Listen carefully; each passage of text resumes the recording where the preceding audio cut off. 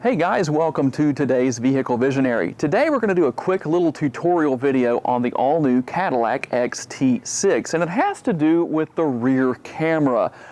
If your vehicle is so equipped with the ability to use your rear camera as your rear view mirror, basically alleviating the need to have to look through the back seat, especially if you have people back there, it can make it a little bit more challenging to see behind you with the rear view mirror. You can switch to the rear view camera mode. But what happens if you pull that up and it's dirty? Well, don't hop out and wipe it off. You don't need to do that.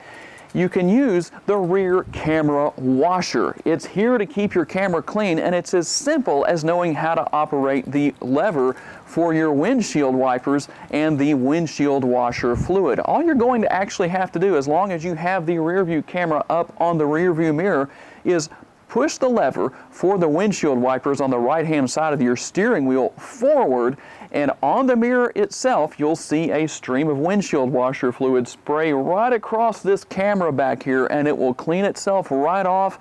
Super duper easy to use and super convenient.